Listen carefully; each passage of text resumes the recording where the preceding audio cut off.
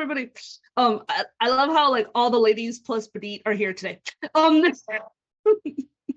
Like, I will refrain from making gender jokes today. So I think it's you guys too know the late. drill. I know. I was kind of there. Then I was like, I'm like, but I was like, I can go farther, but I'm not. So you guys, you know the drill for the Tinker Talks. Liz, I think you are new to Tinker Talks. This is basically an open forum with an expert, right? And so we like to bring in experts that are either, committed to, marketing results, because that is what most of you are doing, and or work in operations and productivity, because that is what we are doing and helping you to do. I'm sure you guys read the bio around Marcie. She is family and culture expert. She is can I call you a TEDxer? She's a TEDxer. She is an author, a speaker, now a podcaster. She's often like, running off to do some kind of segment on like NBC or CBS or one of those things, right? So that is who Marcie is. She is also one of my favorite humans. And that is not what I often say. So yes, she is just an amazing, amazing human being. Just being in her space makes you feel warm and fuzzy, and that is not a very easy thing to do most of the time. So I'm just super excited to have her here. I'm going to ask a couple questions because I can. And then I'm going to leave it up to the open forum. You guys know the drill. Just kind of unmute yourselves or raise your hand. And, two of you are at it at the same time. I would be the arbitrator of who goes first. And that's how we'll roll. So we will get started on that. All right. Marcie. I want to call you like Dr. Marcie, but like we're in public, so I'm like... The branding is Dr. Marcie, so people know where to find me, but I'm good with Marcie. I'm not fancy. I sit on the floor and play with kids. Yeah, I go and stand on fancy stages sometimes, but I'm not that fancy ever. So Marcie's You're so good. Fancy. You're always so fancy. So one of my questions I have is, just because we have so many people here that are either remote or a hybrid of remote and non-remote. So like, how does productivity change, if it does, if you think it does, from what you have seen, when you are at home with the kiddos, or if you are working at a place where the kiddos are not, but you might have to there's like pickup and, and all these responsibilities that you might also have, right? So there's sort of different types of productivity challenges. Maybe they're not, I don't know. How do you kind of categorize, or what have you seen thematically? So it's interesting because there's all these different studies that like there's more productivity, there's less productivity. And I think, I'm like, I think it depends on the individual, and I think it depends on their family, and I think it depends on their learning style and navigation style, right? Our executive functioning is different for all of us. So it depends really on how each individual balances that. I think there's a huge benefit to being in the office in person. I think that human connection is really, really valuable. But I also think the flexibility to pause for 5 minutes and help your kiddo with homework and then go back to work is an amazing piece of magic that has been one of the gifts of the last few years. So I think it's really about stopping, and every person, every parent, stopping and saying, how does this work for me? What does work? What doesn't work? And then creating contingencies around them. I just finished listening to Deep Work, and that idea of like taking a chunk of time and getting a whole bunch of stuff done. I personally find that's harder working from home, although I've worked from home for a very long time, because there are so many distractions. And when you have kids at home, it's really hard to say to them, don't come in, I have to finish this report. I can't talk to you for 2 hours. But creating a mechanism where you have that capacity, where you have the ability to take a chunk of time and do what you need to get done, but then also have other time where you're flexing back and forth. And it really is back and forth. We're not multitasking. We can pretend we do, but it really is, we do one and then the other and then the other and then the other, and they stack. which is great. There's magic to both of those, and you just have to find your rhythm for each and not judge what you should or what other people have said is the right thing. Find what works for you and put that in place to the best of your ability. Absolutely. And for those of you who have not joined us every other Friday for GSD, that is when we do deep work. So Marcie, you're invited if you ever want to come and hang out with us. Yes. Yes. Okay, good. In terms of like managing your schedule, right? Because I know it's kind of similar to the, like, are there proven practices for managing a schedule? And does it change when you're having like the kiddos who are, you know, who are tinier, and then the kiddos who are like going to school, like does it change based on age group, right? Like in this wheel of logistics, and do you have any sort of like proven tricks, tips, best practices? Sure, of course I've proven best tricks and practices. That sounds very official. Official. So, sounds very official. One of my biggest recommendations is to have school day or work day plans, and then vacation plans, and then weekend plans, right? So when you're thinking about how to manage your time, there are way more like random days off from school where your kids are home than I think ever before. I don't know how they've multiplied, but somehow they feel like they have, or your kids have to be homesick because the moon rose or something, or their teacher was, there's so many more reasons that our kids are home now than ever before. And so having a plan for that, as opposed to being like, let me stick it together, but to really sit down and say, okay, when everyone is working and schooling, this is what our schedule is. When kids are home, but it is a work day for me, this is what our schedule is. When it is a vacation week or day, this is what the schedule is. When it is summer break, this is what the schedule is, which seems a little bit crazy to have to plan that many things. But if you have the plan, it's so much easier to pull out the file and do it, right? And use one of the Friday deep work sessions to write out all of those schedules. If you are co-parenting, like if you have a partner at home, divide and conquer that as well. How do you know who's going to respond to your kids at which time? And then I would name those days so that you can think about them differently. Otherwise, we get really, really kerfuffled and really overwhelmed by it. But the naming of it allows us to reference it, talk about it, think about it, talk about it with your kids so that they get that when they have a day off, but you are still working, that's different than a weekend day when nobody has to work or do school except catch-up work and homework, which is a different rhythm than full work. And as far as does it change per age, yes, it is always changing, which is part of the magic of being a parent, is that it never stays the same. But I would tend to think about that as every school year, right? There's, New Year's in January that I feel like every parent or anyone in education, like my New Year is always September. Like that's how I think about the start of things. So every end of August, September, reevaluate what type of support does your child need now? What resources do you need to put in place? Where do you need to be building independence that they can handle now that they couldn't before? Where do you need independence and support that you didn't have last year, but would really make a difference in your life this year, and put it in place? So doing that overhaul on an annual basis will allow you to check in on what are your needs, what are your family's needs, and what are your kids' needs, which are all separate buckets, and then go about addressing it proactively rather than scrambling it every minute, which is a huge part of parenting. We can't take that away, but it allows you to not have as much scramble. Yeah, that's excellent. Thinking about the different rhythms and how they affect each bucket's needs, I think is huge. I'll ask one more question and then I'll leave it to the group, just because this one, I have seen people do fascinating things, right? So Zoom culture, right? So we're on Zoom, right? You may or may not have an office. You may or may not be in a place with a closed door. Kids are coming through, right? That may or may not be okay, depending on your context and environment.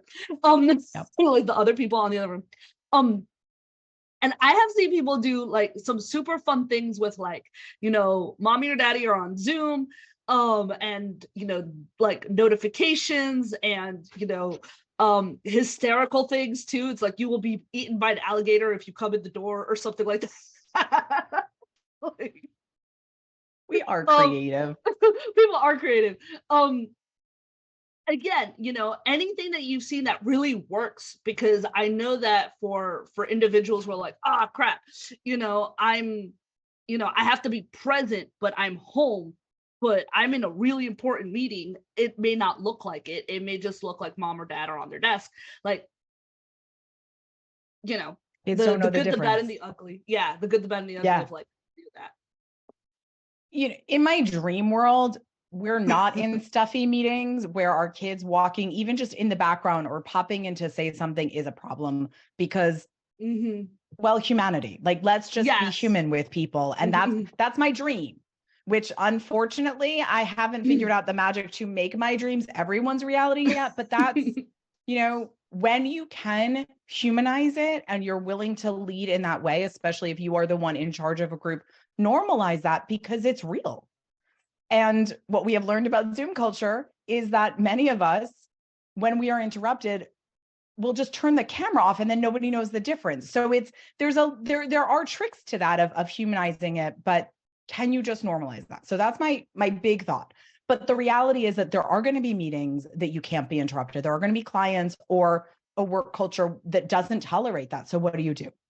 You teach your kids, and then you communicate with your kids about it. You teach your kids a system, and I'll tell you what I prefer as systems, because I love Post-it notes, so mine involves that.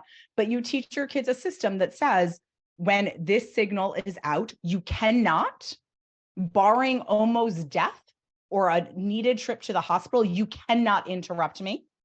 Or, there's another adult here that you go interrupt and not me, right? There's that piece of the system. Then there's the, I'm busy, but if you really, really need something, like if you're stuck on a homework problem or you made a huge mess and need help, okay, you can interrupt me. And then there's the third piece of, I'm just getting some stuff done, but you can come in whenever you want.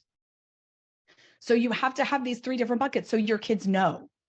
And for me, it's about having 3 different color Post-its, because those, if you have a door that you can close, you put it on the outside of the door, they know exactly what's happening. If you don't have that, then you put it on the back of your laptop so they can walk in the room, see, oh, it's blue. That means do not interrupt. Okay, I'm going to walk back out. I'm going to find another grown-up. I'm going to walk back out and find my own Band-Aid. I'm going to walk back out and get my own glass of water. I walk in and there's a yellow Post-it. Well, that means if it's important, I can come in. So I'm going to come in because I made a huge mess. But again, back of your laptop, have it on the side of the wall, have it on the back of the door. If there is a door, tell your kids where it's going to be. And then the just general work. Now, the magic of the, like, you cannot interrupt me one also comes with you communicating with your kids. So before you go into a really important meeting or a deep dive work session, if your kids are home, I mean, if they're coming home from school, that creates a different scenario where you can't communicate with them. But if they are home, you go and you find them and you say, hey, just checking in. What's going on? What are you up to? Oh my gosh, so excited. Love that you're doing that. Keep going. I'm about to go into a really important meeting and you cannot interrupt me. I'll put the post on the door. Can't come in unless we got to go to the hospital. Okay. And that's not going to happen because you're a rock star and everything's going to be fine. When the meeting is over, when I'm done with this piece of work, I will come out and find you and check in again. That communication piece allows them to feel safe and seen and protected and know what's happening. Because if they only have to come and check your signal and see what post is it up there, they don't know what's happening. So they will keep coming in because they keep wanting to know. But if you tell them what's happening in your day and check in with them, then they will be able to learn what's what and when to pause and when to come and what to do. The final thought is there will be mess ups. There will be mistakes because this is a learning problem and we are dealing with small humans. So they will mess up. And in those moments, it is about not answering them, right? So if they come in and you have the like, do not disturb, and they're like, I just need some water. Don't go get them water. Be like, it's a blue Post-it. Figure it out. Because we as parents want to help. You have to teach them the system, which also means maybe you want to put some of the do not disturb Post-its up before it's actually a critical meeting. Practice that with them. Don't tell them it's practice, just it's practice. so that if they interrupt, it's not the end of the world. I think that's super helpful. And also I think those 3 categories with the color signals is really cool. So thank you for that. The level of consciousness and consideration. Yeah. Wow. I'm gonna open it up to the group. Yeah, and this is why we bring experts like Darcy. All right. Who wants to ask questions? All right, Rebecca, you're up. Let's go. I have a question, Dr. Marcie. So my kids are 11 and 13. So their schedules are almost as busy as ours, or if not busier. And we are like unpaid Uber drivers after work. And then all of a sudden there's like the surprises, right? Of, oh, I have this due and it's 10 o'clock and we're winding down and my brain is fried. Is there methods of finding out what's due earlier? Because like my 13-year-old's like, you're always nagging me about my grades. Like I'm constantly like, have you done your homework? Have you done your homework? Have you done your homework? And then there's surprises at 10 o'clock at night. And I'm like, I can't do this right now. Like I can't write a book report for you. So yeah. Yes. So a couple of things. One is we want to take out the nagging. So if your kid, right, like, duh, you knew that, you just don't know how to do it. So let's talk about how to do that. So part of it is you say, did you do your homework? He says, yes. This is my guess. He says, yes. You say, are you sure? He says, yes. You say, did you double check Google Docs? He says, yes. And there's this like back and forth where you don't really believe him no matter what he says. Maybe. Yeah. You're like in my house. Yeah. Yeah.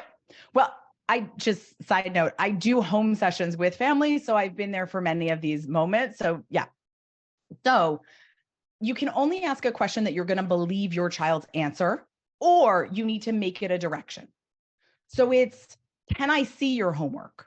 Let's check the Google Drive together and make sure you did everything, right? It's a direction. It's a, we're going to look into this together because I can't deal with a surprise at 10 o'clock at night, right? That also is then teaching him to be responsible about, this is what it looks like to check everything. This is how we do it. And then when he has actually done everything, you celebrate that. You have a dance party, you rock out in whatever way makes sense for your 13-year-old. I like doing weird, wacky, crazy things that make 13-year-olds think that they are too cool for me, but they secretly love because that's my personality. Whatever yours is, find it. But then at some point, you're going to hit a point where you can say to him, did you check your homework? Did you check that you did everything? And he's going to say yes, and you're going to believe him. Or you're going to say no. He's going to say no. And when he says no, you have to say, okay, well, let's go figure out what needs to be done. Because part of why he always says yes is if you say, did you do your homework? And he says no, you get mad. Why didn't you do everything already? You know we don't have any more time left. Like, it's bedtime. What were you thinking? So it's part of why kids always say yes, right? Did you brush your teeth? Did you wash your hands after you went to the bathroom? Did you do your homework? When they say no, they then have to do more work. So they always say yes. They're so smart. Yeah. Yeah. So you got to change the question to either have them prove that they did or didn't do it, to check in on what's going on, or you have to start believing their answer and celebrating whether it's right or wrong.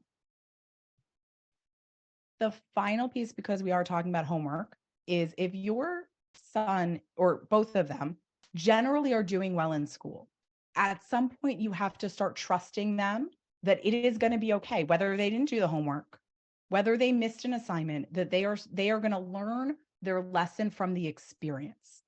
And so where is that moment? And for every family, it's different, where you let go of, I have to manage your grades. I have to manage your grades. I have to manage your grades, to being like, dude, you are responsible and smart. Do you need help? No, you've got it. Okay. And so you might want to start building in a little bit of that line for him. I love that. Thank you. You're welcome. So you can't wait till yours is very embarrassable, Anna. I love that comment. That's fantastic. Start now. Juliana's not surprised. All right, Tanya, you're next. No, I just want to piggyback. So let's say Rebecca continues, like, it's up to you, and the kid starts failing. When does she jump in, or what happens? She just allows him to fail, and then you just... No. Okay. No, I I just mean- want to see I where mean, a that little turn bit. goes for that lesson, because some kids can test you, right? Yeah. I mean, there is a little bit of the like, okay, it's 10 o'clock. You have a homework, you have a book report due. What are you going to do about it? And he's like, I'm not going to do it. I'm just going to have it send it in late. Okay, cool. Talk to your teacher tomorrow. See what happens. So sometimes we have to let our kids fail so that they can feel it. After he fails, if he's like, I don't want to ever do that again. That did not feel good. I don't like how it felt to get a B or an F or a whatever it is. I'm going to course correct. And then they're going to ask for help and they're going to try to figure it out. Some kids will be like, peace, whatever. Not doing that homework, not doing that homework, not doing that homework. If that's what you're seeing, then you have to go back to, no, I'm not giving you space because you're not ready for it.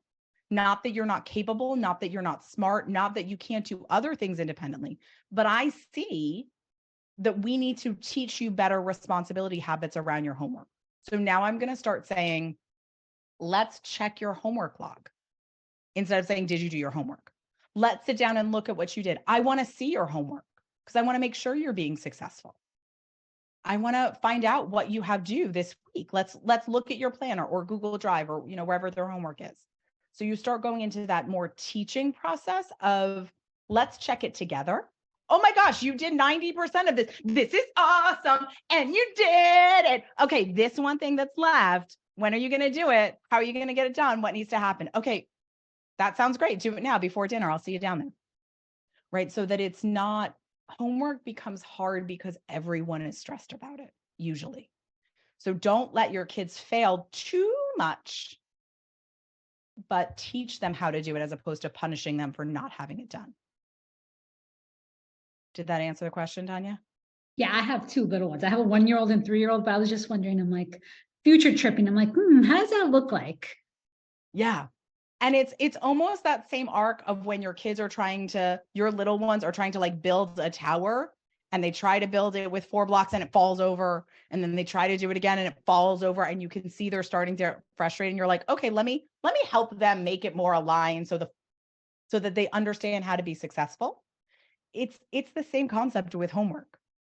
Sometimes we have to let them fail a little bit and do badly so that and then give them the support so that they can learn how to do it successfully.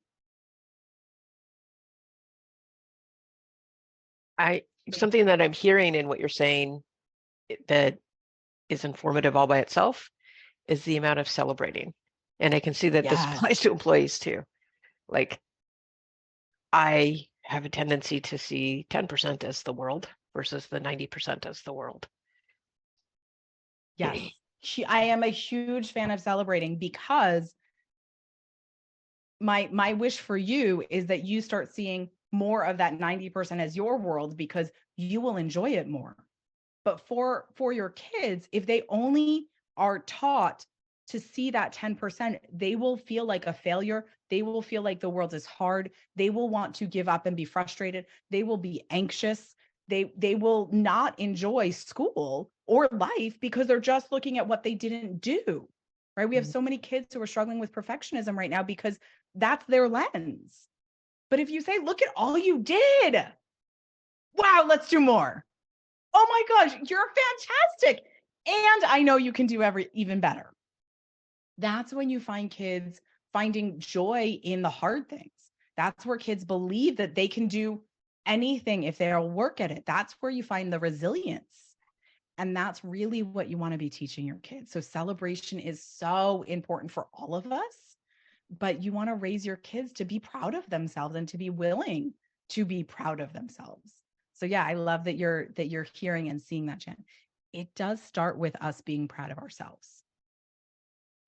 So one of my favorite questions when I'm doing home sessions is to ask everyone in the family, especially the first time I'm in a home, tell me something great about you. I don't know anybody here yet. So what's great about you?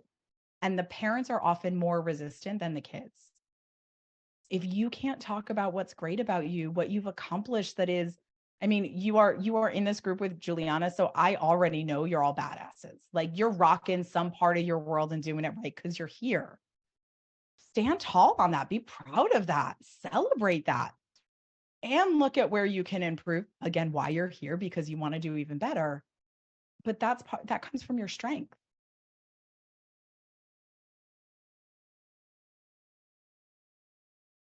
I wanted to just jump on that.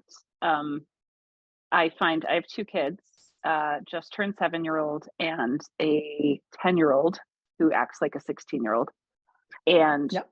the thing that gets them more than anything else is pride from their parents. And just think of yourself with your parents. That is what you want more than anything else in the world. So when you give that to them, I find I get a much more positive reaction. Mm-hmm. Yep, I love that. So one of the things that I really encourage parents to do along these lines, because most parents yell. I don't know, you guys don't have to out yourself, but I'm guessing occasionally you yell at your kids or they do things that make you really mad to yell. And what I encourage parents to do is to do something that I call positive yelling, which is all of that affect of when you yell. The big arm, the loud voice, the weird facial expressions because it's upsetting, about good things. So when your kids listen, when they excel, then you use all of that emotionally, tell them they're awesome because it's weird, but also because adults look like cartoon characters when we yell. We do, and it's funny. And so sometimes our kids will do things to make us yell because they want to see that reaction because it's entertaining, but also because kids are more free with their feelings. And when they see that you have big feelings, that you're willing to be a little ridiculous, it gives them permission to be a little bit ridiculous. And so if we can flip it and use all of those behaviors for good things, then they start doing amazing things to get you to yell. And again, I name it so that they can ask for it. So I have one family where one of the boys, he was 8, loved when I did that for him. He thought it was the funniest thing. So I would get to their house, and my home sessions are in the afternoon from like 4 to 7 after school. I would get to their house, and as he was opening the door, he'd be like, I finished my homework. Will you positively yell at me because I did my homework? Like he just couldn't. I was like, you did all your homework before I got here at 4 p.m.? He's like, yeah, because I want you to yell. Can you do that? I was like, oh, okay. Yeah. Can I put my bag down first? But kids learn those routines. And if there's something you do that you find yourself doing regularly, it's probably something that is working in one way or another, as in your kids like it, which is a weird thing to think about with yelling. But if you can positively yell, it allows to bring in this like funny, joyful, highly entertaining moment that confuses your kids, but also teaches them to be amazing. Yeah. So on that note, my kid's 3. He's super self-expressed. We celebrate, do all that. Now I'm like, sometimes he's self-expressed at school. So how do we control, like, we celebrate now. He's like, yeah, he's always doing that. Now it's like, and maybe the teacher might get annoyed because he celebrates way too much. So how do we control or manage the self-expression? So there's a piece of me that's like, I don't understand celebrating too much. We need to do some teacher training, which is not the actual answer, but that's the way my brain thinks. And I do this type of training for teachers as well, because teachers forget to celebrate kids too. So that not being the actual answer, some of it is teaching him how and when to celebrate, right? If you're in a big client meeting and the client is like about to sign the deal, you don't get on the table and start dancing in that moment. You wait till the meeting ends. You say, thank you very much. I'm excited to work with you. You close your Zoom call and then you have your party, right? There's this delayed gratification. There's also the delayed frustration, right? When you're in a meeting and the client's being a total poopy head, you don't yell at them then. You close the computer and you call your colleague and you're like, what just happened, right? We have to wait sometimes to have our feelings. And 3-year-olds are not good at waiting for anything. So my guess, one big piece of it is, how can he wait to celebrate till the appropriate moments, till it's a transition in the class, till it's recess or lunch, till he comes home, that we don't always celebrate at every moment, every second that it happens. So that's one piece of it. And 2, making sure that he is learning to celebrate others as well. Because if we celebrate others' successes just as much as we celebrate ours, other people, especially teachers, are more accepting of it. And it won't tip into that boastful pride that we see some kids, where it becomes competitive and judgmental. Like, well, I'm better than you because I did this great. It becomes, we did this great. We are all rocking this. You did this great, and you did this great, and I did this great. So he starts to lift everybody up. which is a big ask for a 3-year-old. Okay. So like, no, 3-year-olds by nature intentionally are egocentric. They're just supposed to take care of themselves. But if you start saying to him, yes, we're going to celebrate you. What about your brother? Your brother is one, sister is one, is a brother. So Sister. yeah, sister. Okay. Your sister just did something great. Let's celebrate her. I did something great. Let's celebrate me. So that he starts to celebrate everybody, which might make it easier for people who are not natural celebrators to digest it, but also a great life skill.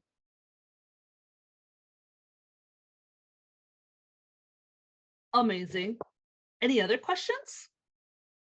I'm gonna bring up the neurospiciness. Okay. Both of my kids are they're very different, but they're both diagnosed ADHD, and I am officially diagnosed as of yesterday, which adds Mazel a whole level. Thank you. I like letters after my name. It's a whole other level of complication, especially as an entrepreneur and dealing with the appointments that go on with that and the phone calls from school, just because the impulsivity is such a big thing. Sorry, our cleaning lady's vacuuming downstairs. And so I am very big proponent of love and logic, exactly what we were kind of talking about, and natural consequences, because those tend to speak louder than I could ever speak. I don't want to yell anyway. But I just want to know, I kind of want your take on that, because the overwhelm can hit a lot quicker, not only for the entrepreneurs, the people that work at home themselves, but also the kids, especially to get back home from school. And even though we have a pattern and a structure, impulsiveness just can tear through that in like 2 seconds. Yeah. So part of the magic of knowing that your kids are neurospicy is that it allows us to build in that buffer and that understanding. If your kiddos both are ADHD, they're not going to come home, have a lovely snack, sit down and do all their homework, and then go play quietly. Like that's just not, nope, that's somebody else's family. And it allows it to be okay that there's going to be 17 distractions. And so you go into your afternoon saying, we're going to have a lot of ups and downs and bumps, and that's part of our day, and it's great. And don't try to make it look like a very smooth, lovely, quiet day, because it's just not. You're going to get distracted. They're going to get distracted. That's part of it. And accepting that those interruptions are part of life rather than a problem and a distraction and a bad thing allows it to be a lot easier. So that's the first thing, is just accepting this is where it is. The second is, I would take, if you can, like a week with no judgment and just say, how many interruptions do we have? How long does it actually take for us to get through these things? And then and then take the average and set that as your standard. Because if it takes them 10 interruptions to get their homework done, cool. That's just where they are. But the goal then is, can we teach them to stay at 10 or to plan the 10 or to come down to 9? But we don't want it to grow to 15 or 20, right? This is where neurospiciness and behavior kind of interact. Of sometimes when anyone is neurospicy, it becomes an excuse. And that to me isn't the deal. Like if you need breaks, have them, but don't take them egregiously because you're going to use this as an excuse. Like that, I'm not down with. So you want to walk that line, and it's a tricky line because they know. I call it their superpower, but just like Superman knows how to fly, he can't just fly everywhere. He has to know when the appropriate time is to fly. And so it is that. And so remember that your kids in the classroom are going to be working twice as hard as any other kid. And that's just part of it. It doesn't mean they can't. It doesn't mean they won't be successful, because they absolutely will be. They're just outputting that much more energy. So expect when they come home, they're going to need that much more recovery. And so are you. And so, I mean, I'm guessing you already do this, but have this be an open conversation. Talk about it. No, your friends do this, you do that. It's cool. We're all different. But adjust the expectations for it. And then know that's just the flavor of your family, and that's great. I like the flavor of my family. No, this was just like affirming. I mean, I pretty much sign off when I pick them up from school and I just spend time with them at this point. Sometimes I have a few things that I do later in the evening, as Juliana knows, but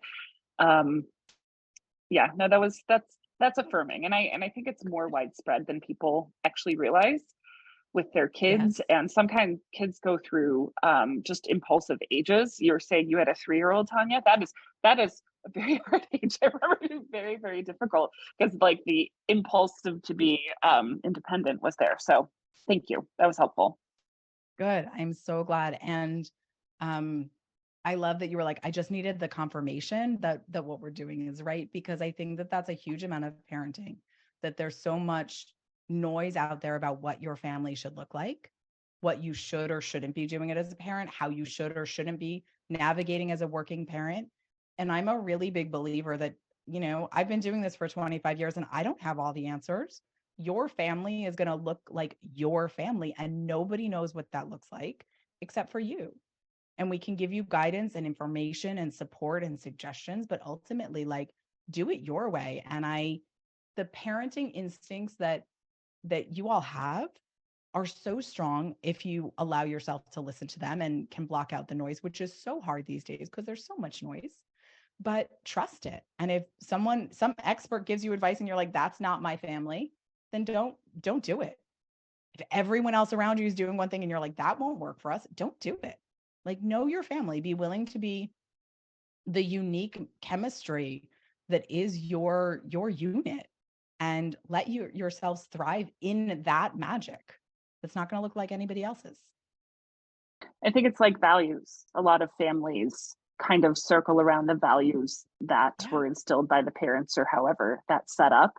And family and being comfortable in the home to be yourself, but respectfully, has always been one of my big values. Yeah. And outside of your house, right? Like, I'm also a big proponent. I was just talking to a parent about this, that, you know, she will go to the park and other parents will have comments about how her kid should or should not behave. And she's like, no, he's good. Like, he's not bothering your child and he's going to run in circles and he's good. Like, thank you. And no.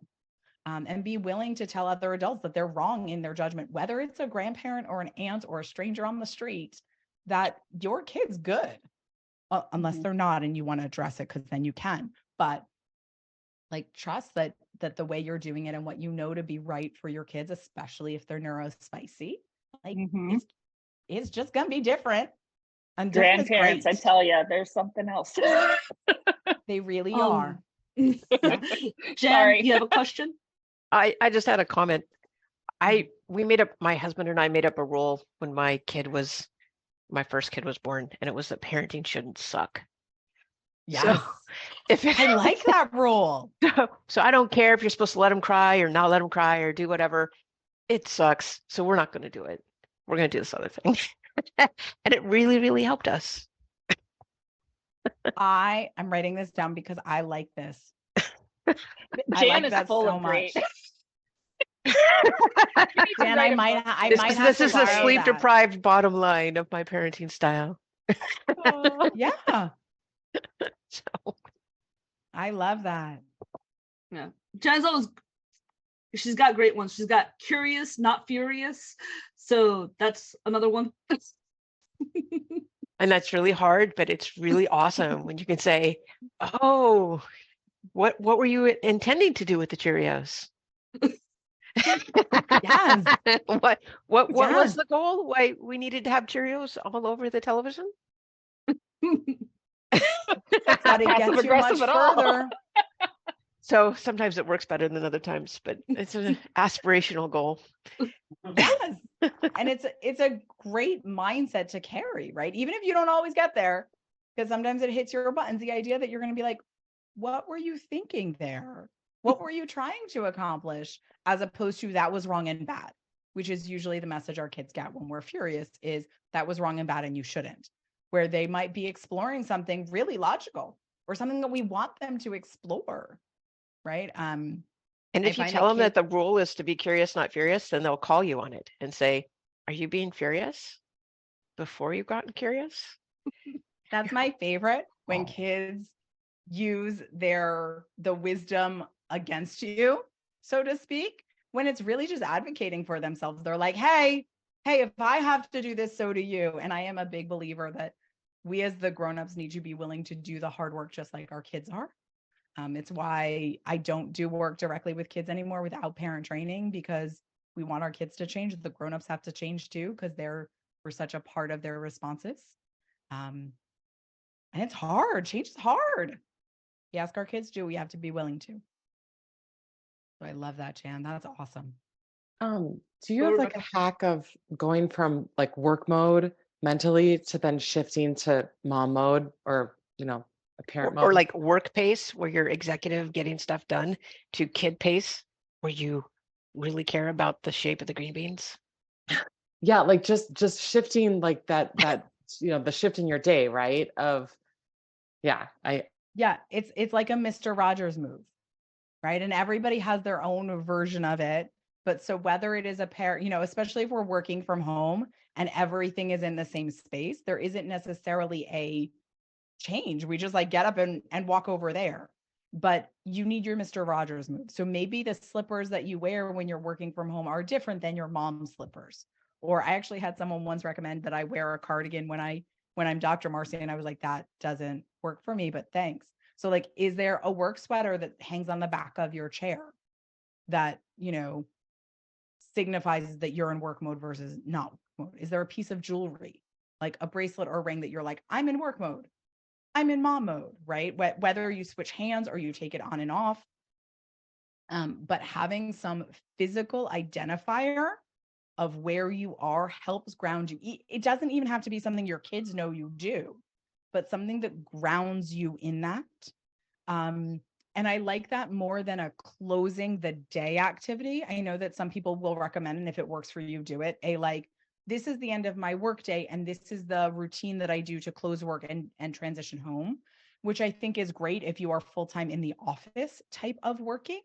But if you're working from home and your kids are going to interrupt, and you have to go pick them up from school, then go back to a meeting, then help them with homework and cook dinner, then go back to do more work, it's more of something that you can kind of put on and off, switch on and off more easily than that. My ideal in that way is if there is a space that is just workspace, and then space that can be like, don't take your work computer off your work desk, is another way to do it. Sometimes not realistic, because we have to sit at the kitchen table while our kids are doing homework and work, but that can be another way to help separate that division and help shift the perspective. That's great. Thank you. You're welcome. Like Superman, glasses. Yeah, glasses. Have different glasses. That's awesome. I love that plan, Juliana. Yes. Tanya, you had a question, and I know you had a question in the Slacks. In the chat. I mean, not the Slacks, the chat. Yeah. Tanya, go first. I have a random one. Remind you, I'm future tripping. My kids are 1 and 3. Nowadays, like, kids' schedules are really full. I hear a lot of moms saying that they're Uber drivers, and I wonder, like, my schedule was really full in high school, and I felt like that got me out of trouble. But now I'm hearing like things that are like, oh, you don't want your kids' schedule too full because of this, that, creativity, or whatever it is. So I have tons of time. Maybe it'll totally change that. Like, who knows what's going to happen in the future? But what's your philosophy on that? So I think kids having time to be kids and having a space where they're learning and exploring, especially if there's something they're passionate about, is important. And every kid has their own rhythm, which I know might not be very helpful, but is honest. So it depends on, is your kid in a really competitive school and they have 4 hours of homework every night? Well, then having an extracurricular every night on top of all of that is exhausting. Like, you don't want your kid up till, I work with kids that are up till midnight to get their homework done on top of their extracurriculars. I find that to be unhumane, and it is untenable, in my opinion. Are there a handful of kids that thrive in that? Sure. If you have that kid, do it. I think too much time, AKA your kid just hanging out on video games or social media or whatever, not great. So make sure that if they're spending, 2 or 3 hours on video games every night, maybe you want to add an extracurricular or two so that more time is filled. But if you have a kid who will go in the backyard, or you live in a place where there's a stream nearby and they'll go and explore all of the microbes that are in the water, well, then don't put them in a class, just buy them a science kit and let them go.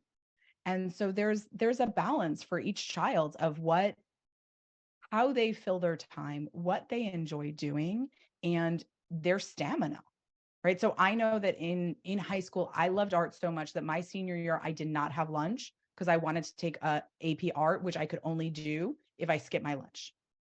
And people thought I was insane, but I so wanted to be in that class. I am so grateful that I did. It worked for me. Other people it wouldn't have worked for. They needed that break in the school day. So notice who your kids are as they grow up. Are they like, I still need to sleep at least 8 hours, sometimes 9 hours a night. If I don't do that, I'm not functional. It's just who I am. My dad sleeps 4 hours a night and is totally fine. And I'm like, I don't understand. So pay attention to who your kids are and how they fill their time and what they're excited about, and support them in that. Because if the plan is to support your kids to do what they want to be doing, and sometimes that means I'm going to put you in soccer even though you don't like soccer because you've never actually played, and you need to go experience this to know whether you like it or not, right? Sometimes as a parent, you're going to give them classes that they're like, I don't want to. You don't know. You've never done it before. Try it. Do 6 weeks or 12 weeks of classes and then decide. If you don't want to, you don't have to continue, and we'll find something else. But pay attention to your kids and their rhythm, because there's not a one size fits all formula for that either. All right. Excellent. Okay. Anna, you had a parenting default question. Yes. So first of all, any single mothers out there, you guys are amazing. But one of the interesting things about having a dual parent relationship is kind of finding the balance of what you are willing to, or the balance of who's the caretaker when. A lot of times the women are the default parent for whether it's biological or social or whatever reason. And that can be the understanding and the conversations that happen, because that can be extremely frustrating, because there are completely different expectations that, it's not because you didn't have the conversation about it. It's that you didn't, like, there's things that need to be done that, I don't know. It's that I see is actually a really difficult thing when balancing the business and the kids and the house and everything else that needs to get done. It's just overwhelming. Yes. So I am a big fan of intentionality when you are co-parenting. And so one of that results in having a time where you sit down with your partner and talk about parenting. In my dream world, that's a weekly conversation. Sunday night when the kids go to bed, you talk about the upcoming week, you talk about what worked and what didn't work from the past week, you talk about what needs to change. And dreams, like, what are your values for your kids? What do you want to make sure they know? What do you disagree or agree on? And if you do a 30-minute meeting every week, it all of a sudden becomes this very intentional experience of parenting. Is that possible for everybody? No. Maybe it's every other week. Maybe it's once a month. Find the rhythm that works for you. But parenting becomes this thing that is so important to be intentional, yet we do it on the fly all the time. And it's this weird duality of those two things. So create an intentional time. Like you make a shopping list and go food shopping, like make a parenting conversation and do that. The other piece of that is that you and your partner will never parent the same way. And the idea that we have to get on the same page to do the same thing is a load of BS, because it's not possible. You are different people with different experiences that have come from different places. And yes, on the big things, it's a great plan to get on the same page. But some things you're not gonna, and that's okay, because your kids can code switch. And if you guys get okay with the fact that you will have a different opinion, then you can find a way to move forward. But if you're constantly like, no, you have to do it my way. No, you have to do it my way. No, you have to do it my way. Then you can't appreciate the difference. You can't agree to disagree. And when you're in charge, you do it your way. And when they're in charge, they do it their way. You know, bedtime is a great example of that. So many parents do it differently because you have a different relationship with your kid. You don't need one bedtime. You just need one parent doing bedtime at a time in order for it to work. Mm-hmm. So the other big piece for me of co-parenting is deciding who's in charge. Now, the rule for me, especially when there is a behavior challenge happening, this is where I see the biggest conflicts with multiple parents, because one parent is in the dynamic, another parent comes in somewhere along the line of the conflict and has an opinion, and then the two parents start fighting about how it's being handled and what's going on, and everything explodes, something along that line. So my rule is that whatever parent was with the child when the conflict started is the parent that stays. You start the problem, you're there when it starts, not that you started it, but you're there when it starts, you are there till the end. The other parent is out of the room in a different place. It's none of your business, because as long as you trust that your partner, the person you're co-parenting with, also loves your kids and wants the best for them, it doesn't matter that it's not their most graceful moment. You have to let them have their own relationship and their own authority with your child. Because if you're constantly coming in and interjecting, it undermines you or it undermines them, or like it makes it all kerfuffly. The one exception is if the parent who is in conflict with the child is done, they know they're going to lose it. They don't want to lose it. They are at their edge. They don't want to go over the edge. They can tap the other parent in. It's so funny you say that, because we tap out. I mean, it's like a wrestling match. I look at my husband, I said, I need to tap out. It's funny that you said that terminology. Yeah. You can. Now, here's the thing. The person on the outside can't choose to come in. Like, they can't be like, you're done, I'm taking over. It is the person who is in it who can take themselves out. Because otherwise, again, you have that judgment and opinion from the third party in the background, and it's hard enough to be in conflict with your kid in that moment. Yeah. So that's my big thing on that. But in the day-to-day of it, if there is conflict or like who's doing what and what's happening, then I create a schedule of like, this day after school is you, this day after school it's me, or after school till dinner is me, dinner to bedtime or past bedtime if they wake up and get out of bed is you. Like, divide, and it can be a day-to-day division. It can be Saturday morning through 2:00 is you, 2 to bedtime is me, or whatever it is. You can divide it in a way that works for your family, but knowing who is the parent who is driving, so to speak, like who's behind the wheel. You're both in the car, right? Like on a good weekend, you're all together, at least for part of it as a family, but who's behind the wheel driving the car? Yeah. So that if a question is asked and they're like, can we go for ice cream? Yes, I can make that answer. Or, let's check in with dad and see what he's thinking.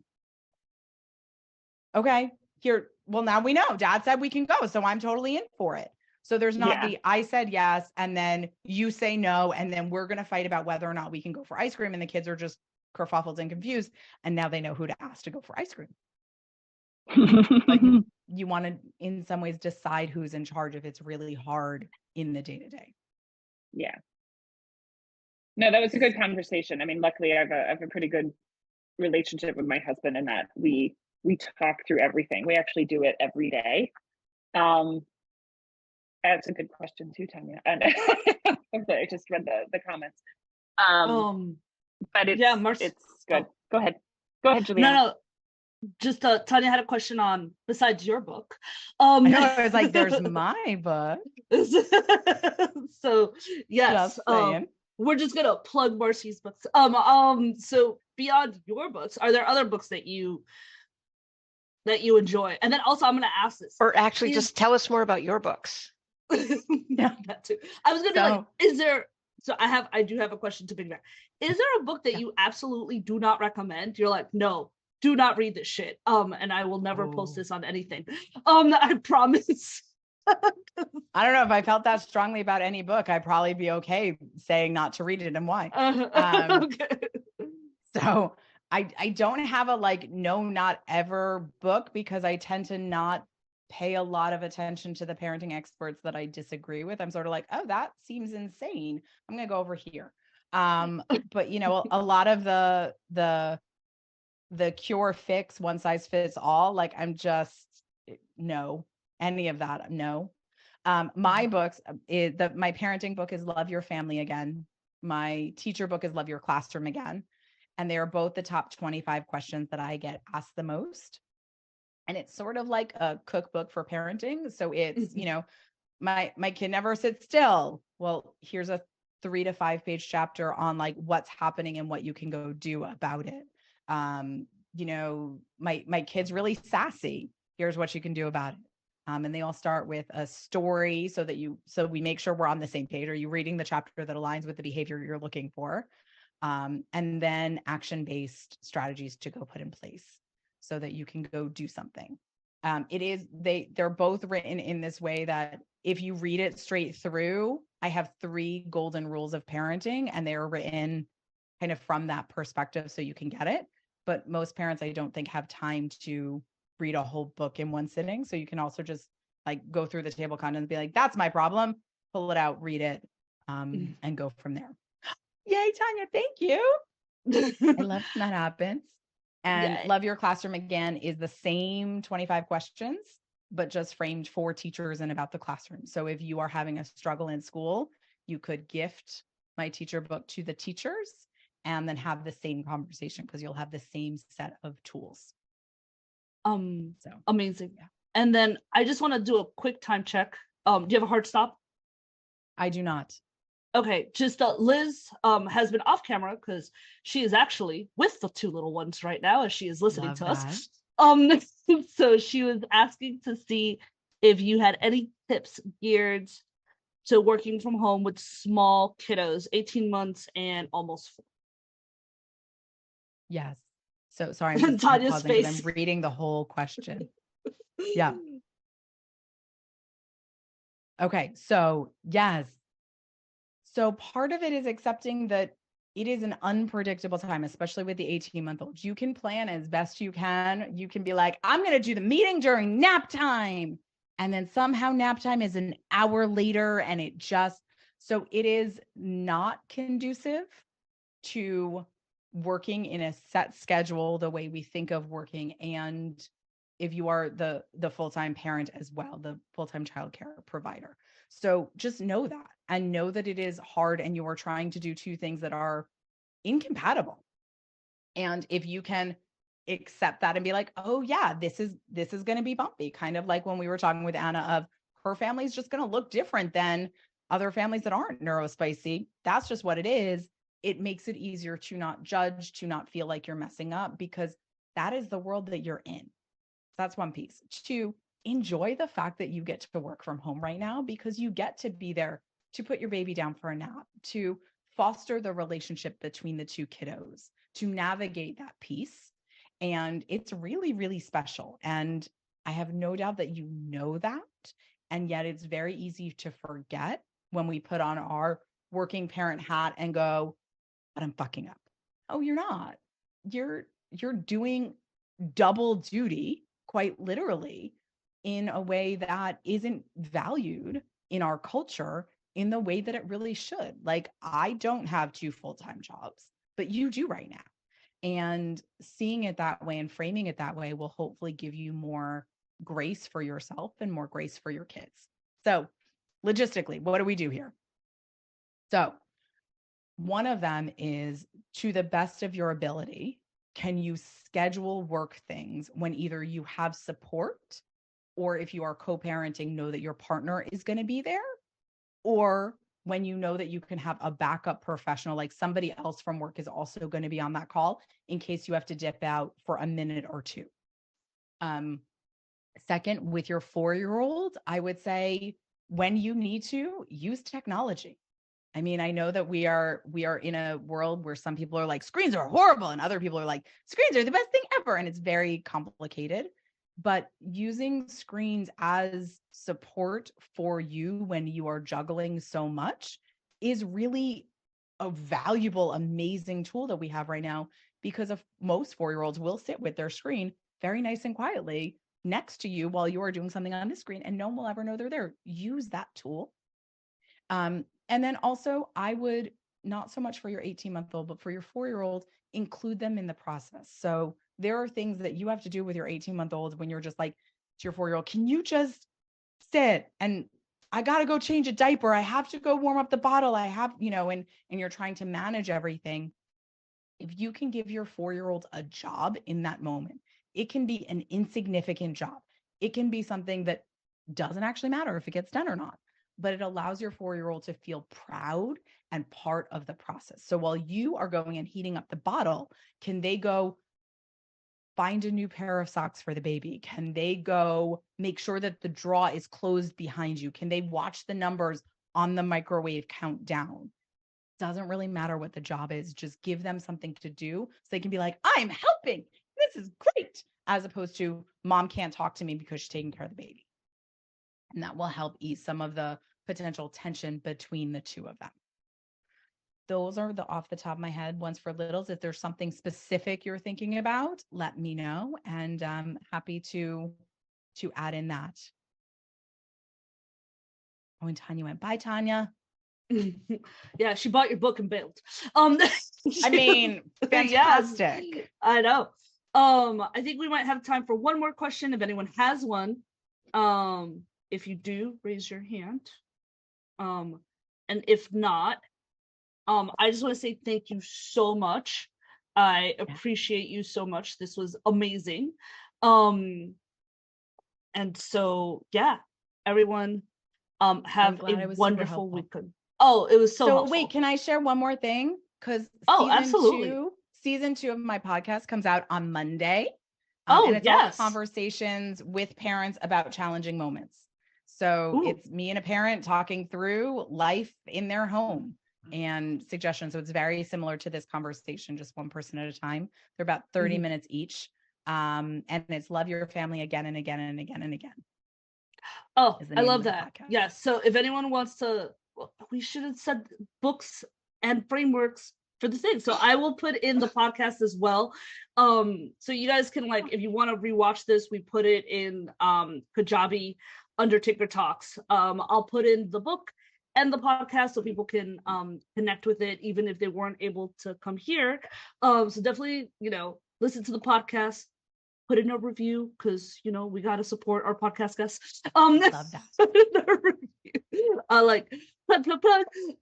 And yeah, and I just so appreciate you, Marcie, coming through. Thank you. This has been such a delight, and I am so happy to have come and support all of you amazing parents doing fabulous things with your kids. So Juliana, let me know if I can do anything else to help support you and this amazing crew of parents. Yeah, for sure. And a volunteer to be a guest. If you need any guests, let me know. I do. Okay. I'm always looking for guests. So yes, come. So I'll create like a list for you for season 3. So okay, awesome. I'll send you the page where if we have 1 minute, I will pull it up. I have a podcast guest page.